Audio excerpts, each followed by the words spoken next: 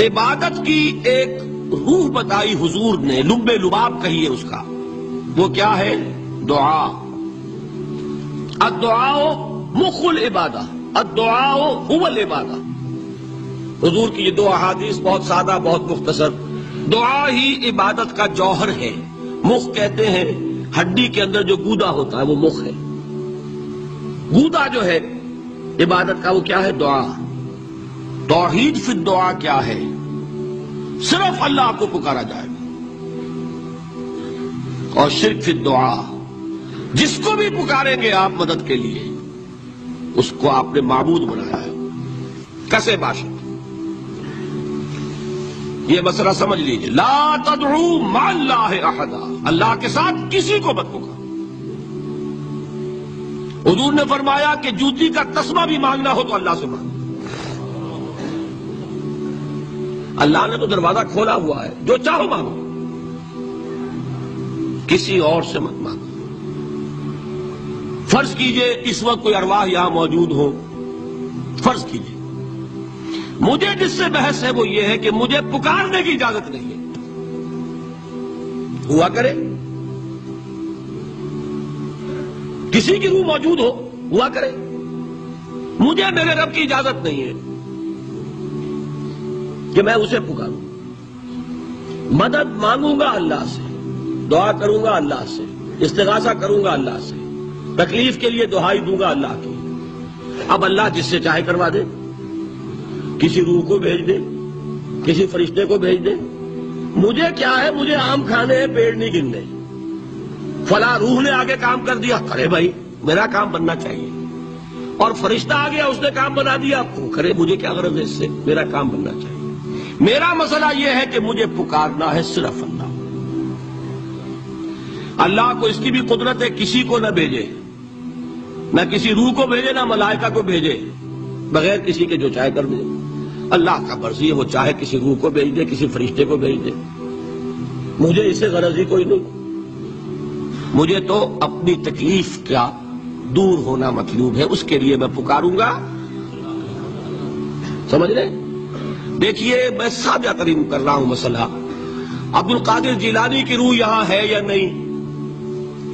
حضور کی روح انور یہاں ہے یا نہیں؟ یہ تو علمی مسئلہ ہو گیا نا۔ یہ فرشتے یہاں ہیں کہ نہیں؟ کوئی اختلاف ہے؟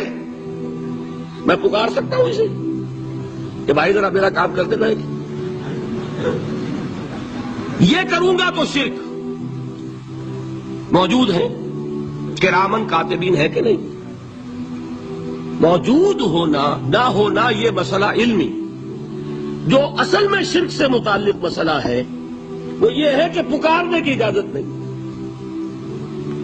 دیکھیے حضور کی ایک حدیث ہے، اور یہ ایک ہمارے لیے خوشخبری ہے۔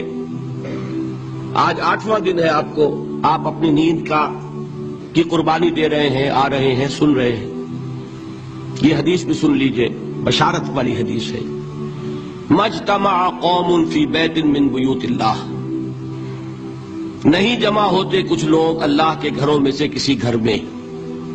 اس کا مصداق اول تو مسجد ہوگی، لیکن تقریباً تمام محدثین نے مانا ہے کہ صرف مسجد تک محدود نہیں ہے، سب گھر اللہ کے ہیں۔